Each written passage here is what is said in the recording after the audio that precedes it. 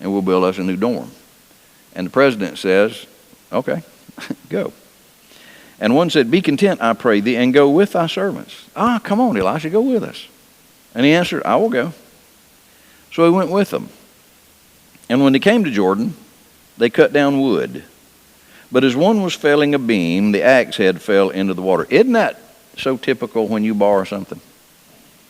If it's going, if it's going to blow up, it's going to blow up when you borrow it. All right. And so the axe head came off, arched beautifully, hit the middle of the river, and he cried and said, alas, master, where it was borrowed. This kid was so poor he couldn't buy an axe, and so he borrowed one.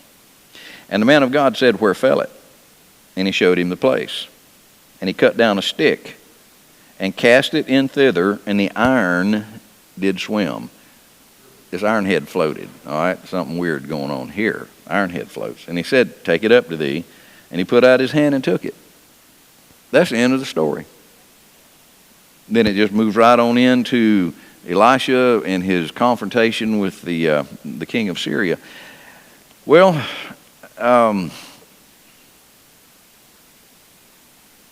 we got these students, and they come to the president one day, and they said, we need a work day. Dorm's too small, and we need to go into a building project. Why don't let's go down the Jordan River, and everybody go down, and we'll cut down some trees, and we'll build a bigger dorm. And he says, okay, go. I see some things here. Number one, you're never too poor to work. These guys were poor, all right? One was so poor he couldn't buy an axe. You're never too poor to work. Number two, you're never too important to work. Elisha went with them. And so the president goes down. You get down to the Jordan, and guess what is not there? Beams laying down, logs laying down, notched and ready to go. That wasn't there. What did they see when they went to the Jordan River? Trees. If they were going to get these things cut into beams, notched, so they could build this log cabin kind of a thing, what were they going to have to do? They have to cut them down. So they're going to have to sweat. And so they go to chopping on these trees, cutting these trees down, and preparing them for use. Nobody can accomplish your goals. I wish this country, many, many, many millions of people in this country, I wish people would understand, cut your own tree. Now I realize there's a time in life like Ann Williams, just lost her husband. Her tree cutting days are over. And I understand that you reach a point in life where you can't do what you used to do physically, and I understand that. But look at the people who are content. Businesses are offering financial reward to come and interview for a job. This is beyond me, it really is. My dad did what your dad did, taught you to work. You know, I didn't get an allowance for doing nothing. I had chores. It basically was a salary. Now, it wasn't much, but I was paid a salary for doing, mowing the yard and just chores around the house. And so here was this one poor prophet. He's chopping away, and all of a sudden this axe head is loose. Now, isn't that pretty normal for an axe head to get loose? If you own an axe, you know that it'll work loose. And it doesn't normally happen in one day. It's just over a period of using it for years and years, it'll work itself loose. And y'all know the end of that axe head has got the swell on it. And you drive a nail down in there, and it'll put some pressure on that swell and expand it and make it a little tighter. And every now and then, you got to put a new nail in there or just get a new axe handle. So there's nothing supernatural about the axe head getting loose. We're all adults in here. You've lived a long life. Have you ever noticed that just real small little steps, you start not feeling like you did when you were 25? And more than likely it didn't happen in one day, right? Just over the years, just gradually. The same thing can happen with us spiritually. It does with me. during the school year, I speak about 45 or 50 times a month. And so a lot of my time is spent in preparation to speak somewhere, either here or at the school or somewhere else. And you know what I find myself doing? Not studying for me. I'm studying for other people, studying for church or for school, or and that won't work for me. It won't work for anybody, as a matter of fact. Just, this is not an academic situation here. And just over a period of years of you trying to make your own decisions and just muscle through life yourself, your axe head can work loose. And it's almost indiscreet. Little decisions, little choices. You get used to your mate, your spouse. You get used to your kids. You get used to church, and you kind of just sort of feel like you're losing your edge, but you're almost unaware of it. It's like gaining weight. You don't gain 10 pounds in a day. That's, I'm speaking about me. A couple of years ago, we lost a bunch of weight, and gradually, and it didn't happen the next day. I eat these silly little old crackers. I love those things. The little peanut butter crackers, I could eat a box of them right now. 20 grams of carbohydrates in each pack of those. 20 grams of carbohydrates. That is a day's worth of carbohydrates for somebody my size. 20. And so just half ounce here, half ounce there, a little bit here. And, I'm finding, these pants used to be I could put my thumbs and push them out. And now I can't get my thumbs in, if you know what I'm saying. This guy loses his axe head. Now, he's doing a good thing, you understand. He's cutting trees for this dorm so these guys can learn the Old Testament scrolls so they can be more effective at preaching the word to the Jewish nation. They're doing a good thing. Can you lose your axe head doing a good thing?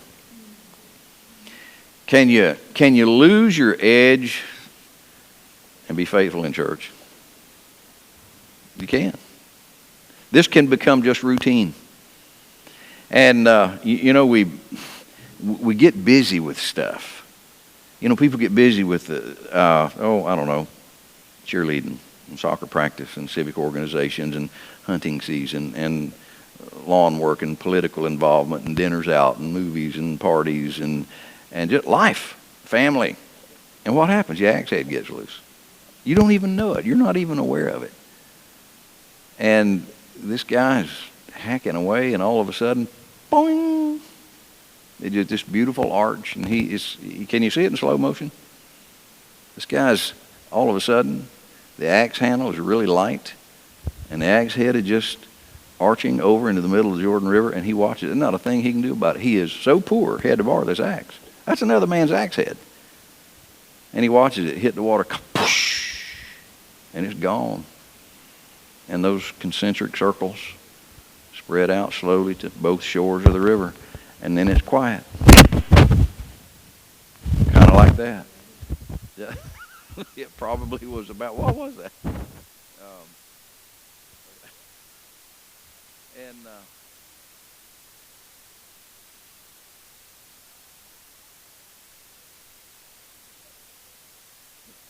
Gave him a bad act. I don't know about that. But here, guy's standing there speechless. Elisha sees him and walks into what he said, alas, see that out in the middle of the river? That's down at the bottom of the river. And it was barred. And Elisha said, well, show me exactly.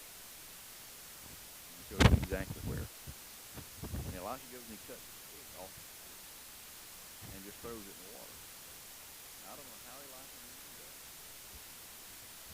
The Bible does not say the Lord spoke to him, but I can't help it. Look at that.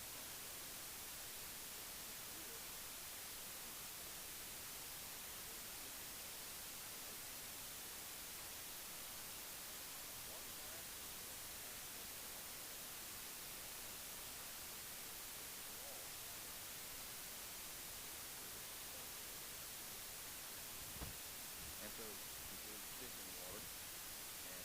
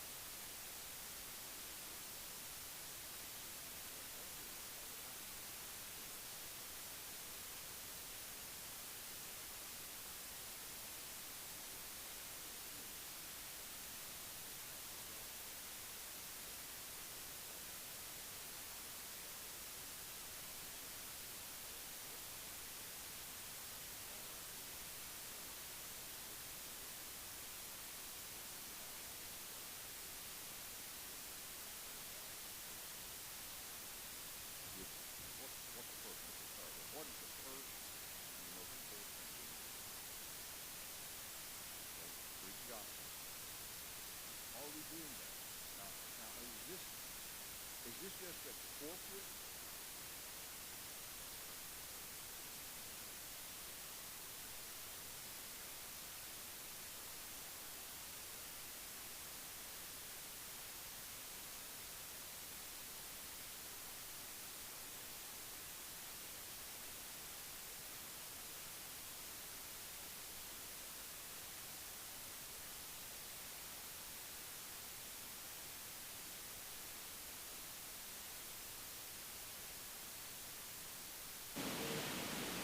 Could that be an opener?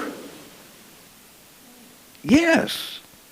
And I agree with you, Dave. I think making Christ known. And so, my question is, how well are we doing that? Individually and corporately. We have, in the last few years, we've expanded our ministry, and a lot of us aren't aware of it.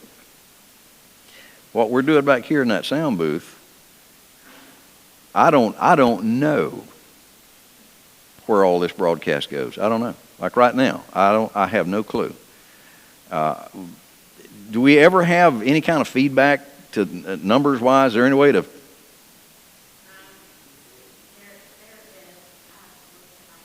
Okay. I think it's pretty broad. I know we've got people in Africa that watch this, and people in other states, and people in other cities here in Florida that watch this, but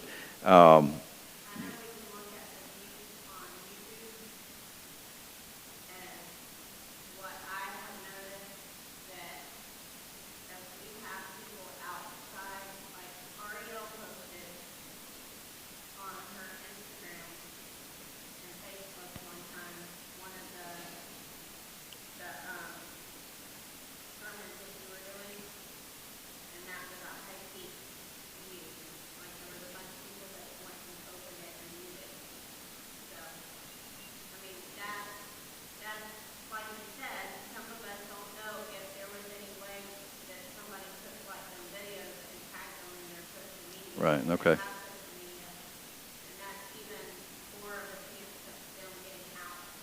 Right. So I think this has been a tremendous blessing. We've got people that know how to run this stuff. Yeah, we've got electricity. I'm grateful for Anna and Nathan and Lorraine and Michaela's working back in there. We've got folks that know how to turn this stuff on and know how to get it started. What can we do?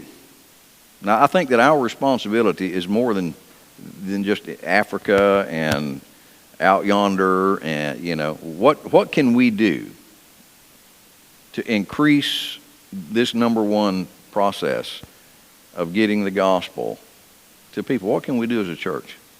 Floor is open. What Anna just mentioned, if each one of us goes on YouTube and just share the messages that are on YouTube. Okay, I don't know how to do that. Share it on our personal page, and other people see it. Okay.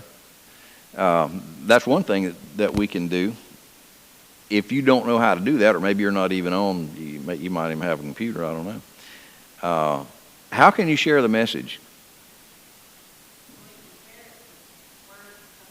Yeah.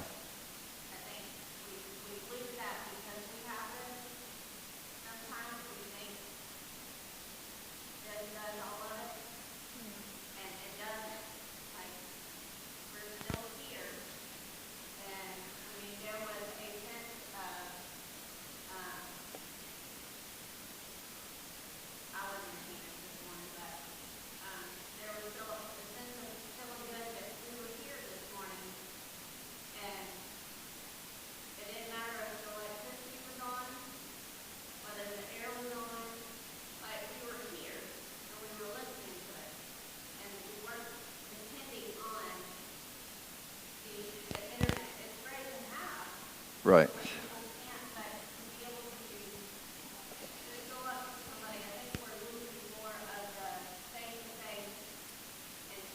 Right.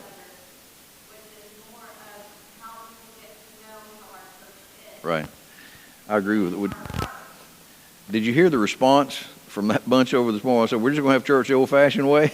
These are young guys. They went nuts over there. Make contact personally. You know, and we're right. Anna, you're right. We're in a generation now. Husbands and wives are texting each other from different rooms. I'm on Facebook, and I know husbands and wives that talk to each other on Facebook. They talk to each other on Facebook. And I'm like, put your phone down, walk in the other room, and say what you're saying publicly, you know. And so I think we're losing, and I think you're exactly right, we're losing the personal, eye-to-eye, hand-to-hand touch. And so I think we do that. What do you think the second thing is that we could do better, that we're involved with, but we could do it much better?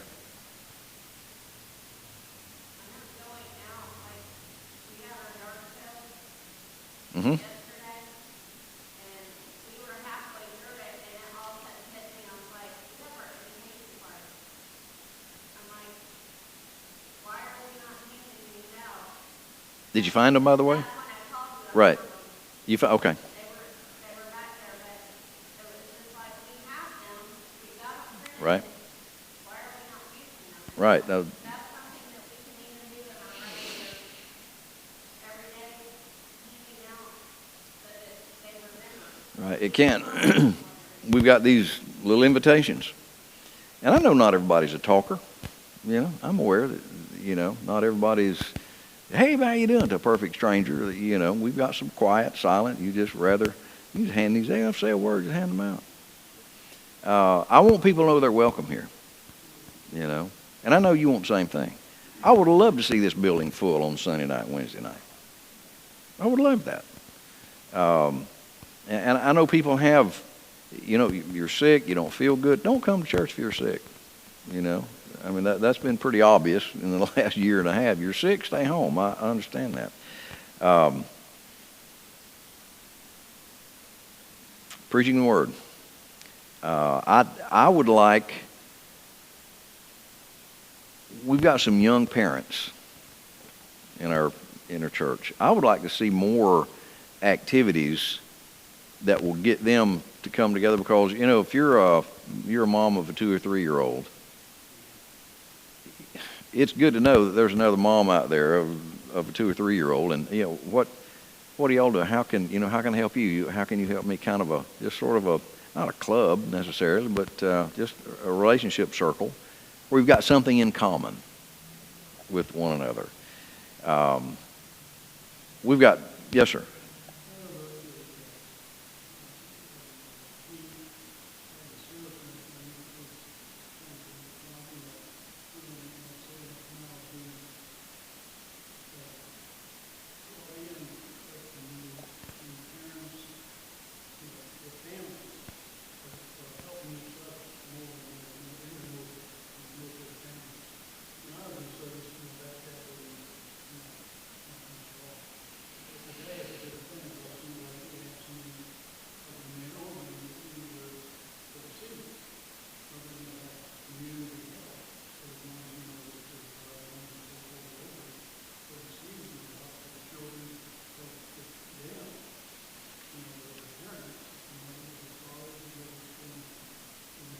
It's a good thought. How could we find out how many military families are in Hardy County? Anybody know? Is there a way to do that? I don't either. Right. But we can't, we're not going to go to the bases, you know. Good thought.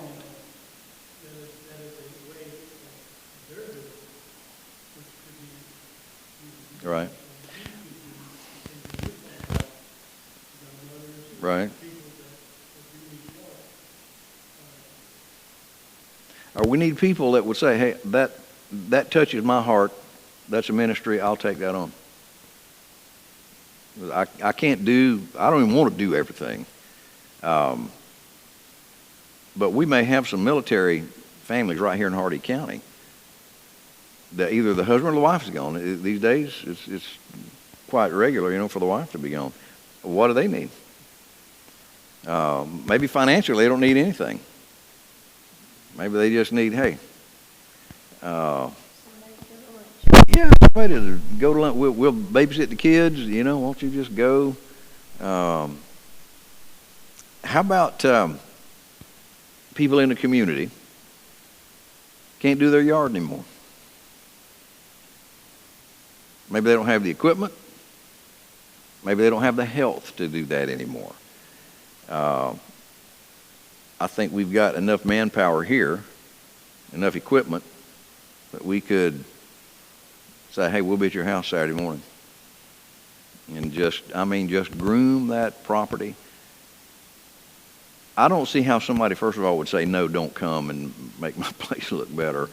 But again, these are things that, people need to say, preacher, that's right up my alley. I'd love to do that. And you take that on and just recruit some help from the church.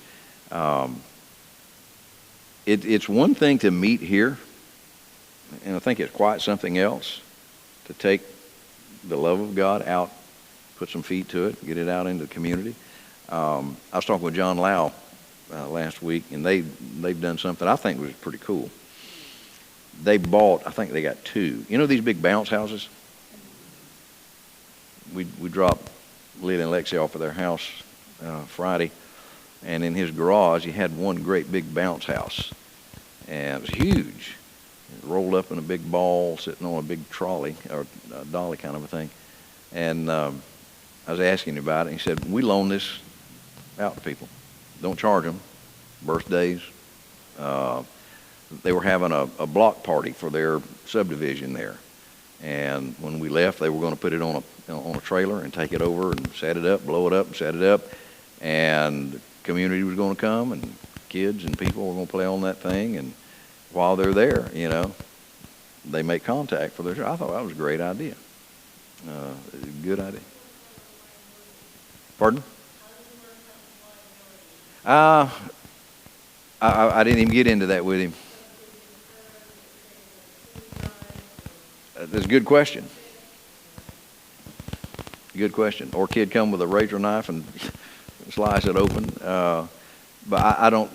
You're asking a question I didn't even get into him with. I just thought it was a neat. He said we have made, and that's something to consider. He said we have made just a ton of contacts with people coming up to him. Thank you so much, because those things are like what, $300 to rent. And here you can have this thing, and I'm not saying we need to go out and buy a bounce house. I'm just saying there are some really creative ways, to let this community know we want to be your friend for a reason, and that reason is good. We're not trying to get into your billfold. We want you to know that we love you, and this is just something we can do to let you know we care about you. And so what are some other things that you think would just sharpen our axe head right here in our community to reach people?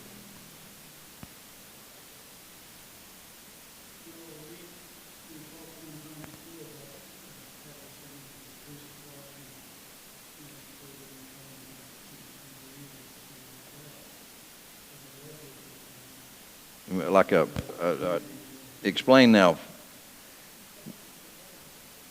Are you talking about for one day or a recurring?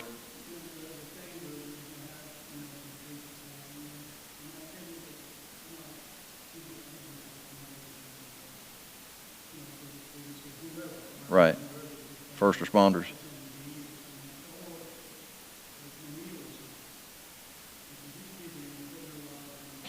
They do. They do.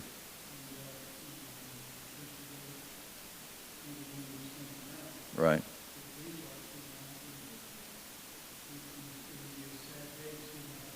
Yes, it would. We did that, a year or so ago, took some stuff to the first responders, and I think it was just great response. They really, really appreciated it.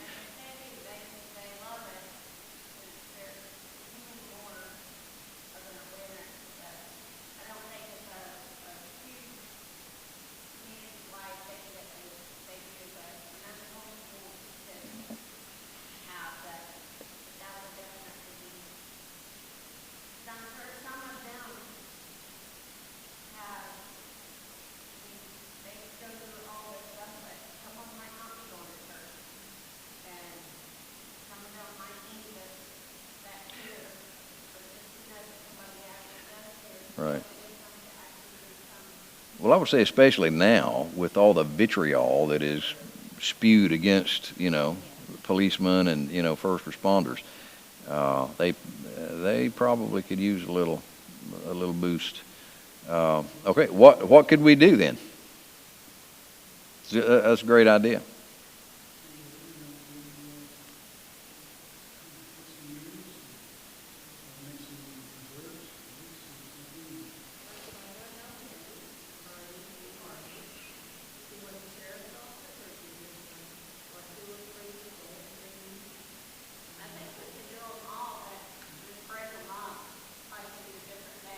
Right. Maybe different weeks or months or whatever, let's say, we get the aluminum cans for like the fire department, because they're in and out.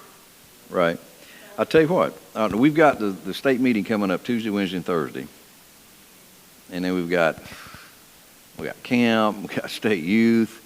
July is pretty much consumed. I used to be the chaplain of the police department back when Joe Brock was a police chief here. That was years ago, and when he left, that was no longer. But I know our chief, John Eason, right? Chief Eason, but it's not your John. Yeah, it's not your John Eason. But tell you what, when July is over, let me go to the police department and I'll set up an appointment with the chief. What can we do? Would this, and I'll mention this, could we, have a Saturday or Sunday, because they work in different shifts, and you're not going to get them all at the same time, and I'm aware of that. But let me just sit down with Chief Easton and see what can we do. What would be the greatest blessing? Because we don't need to vote about this. I appreciate what the police are doing. I really do. And I don't think there's a person in this church in their right mind that would not agree. Yes, we are very grateful for.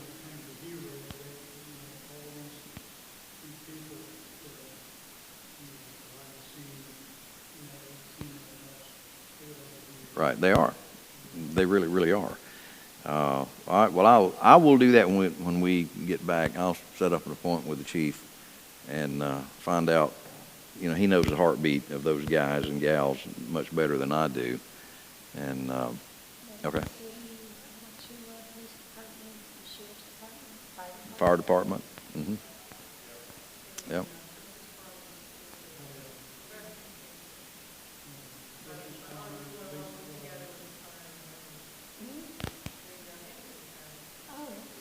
Yeah, they're down at the fire department. Okay. So police, sheriff, and the fire department. Okay. Yeah. Right.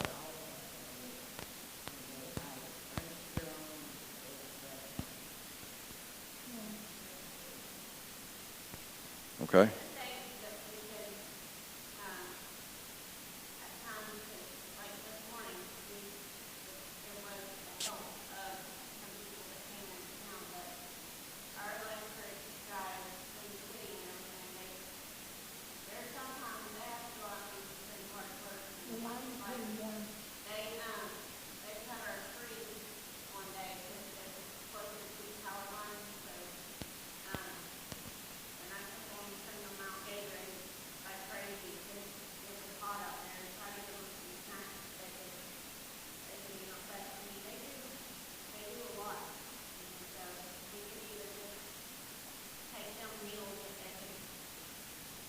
Right. And peanut butter crackers. I think they would really. Everybody loves peanut butter crackers. Okay. I just don't want us to lose our cutting edge. And there are times when you need to sharpen your knife. Don't throw your knife away. Don't throw your axe away. There's probably everybody in here probably you've sharpened your scissors or your knives at home or whatever, and so I think I need my edge just sharpened a little bit, and your you form sort of the backbone of the faithfulness of our church here. And I think if we can get these things in place, that other people are going to be attracted. Hey, yeah, I'll be glad to help with that. And this has been amazing. I don't know if have you been back to Fellowship Hall? And look, if we're going to have a dinner for anybody, we're going to have to get rid of this stuff somehow. You know? And so we're going to have several more Saturdays of selling this stuff. And but the Lord has blessed us. Oh, just one. All right, now when it's over and all this stuff is left, what do you want to do with it? I need to talk.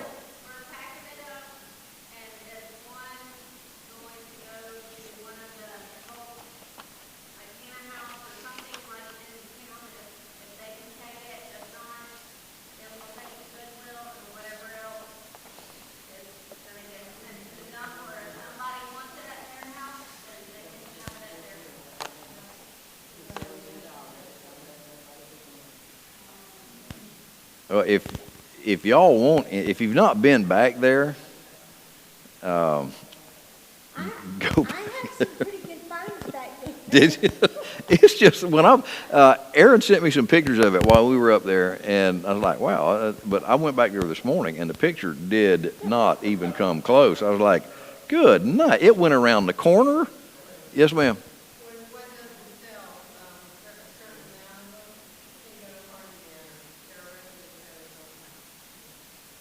Okay. Well, we'd have to be, you know, we've got baby shoes, and of course they can't use those out there, but we'd have to send these to places that would be appropriate for them.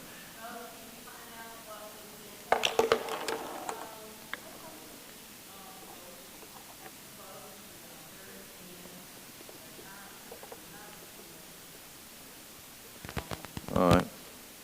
Well, hopefully we can sell 90% of it. You know, give it to our young people.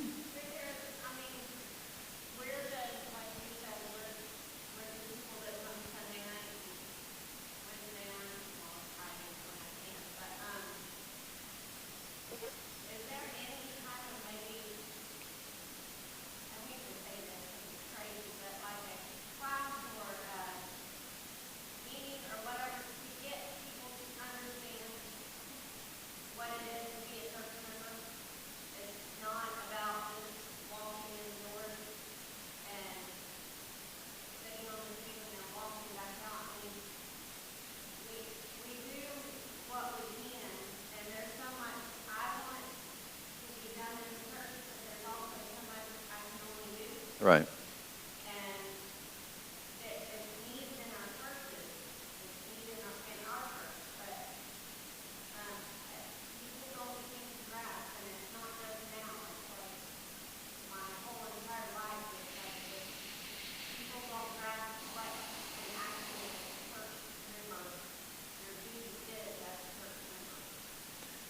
And I have a fear that a lot of people don't volunteer to do things because they see me, and Jamie, and Anna, and Nathan, and they think we've got it all under control.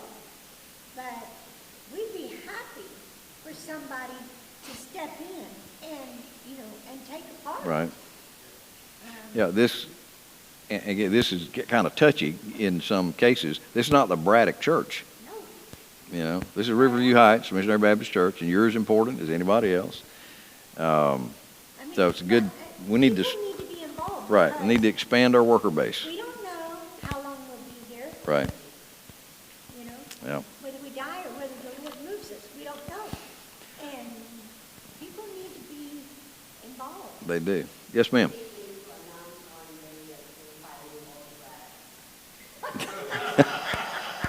Oh, wow.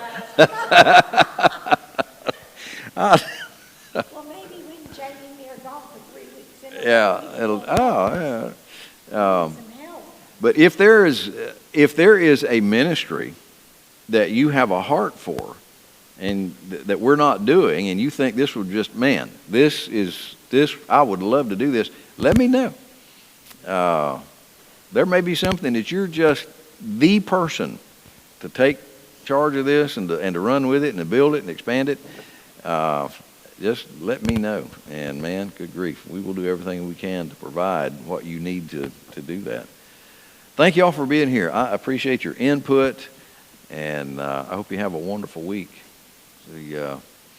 Pray for the meeting on Tuesday, Wednesday, and Thursday, and I'll see you.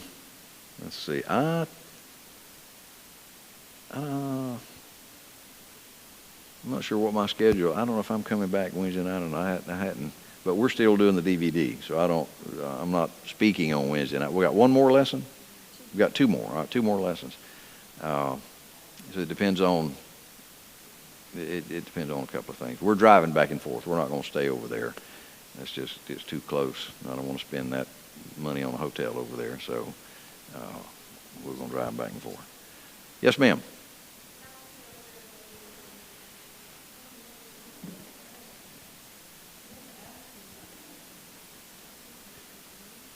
You say, what was that? Yeah, I heard the president was assassinated. What was? Wow.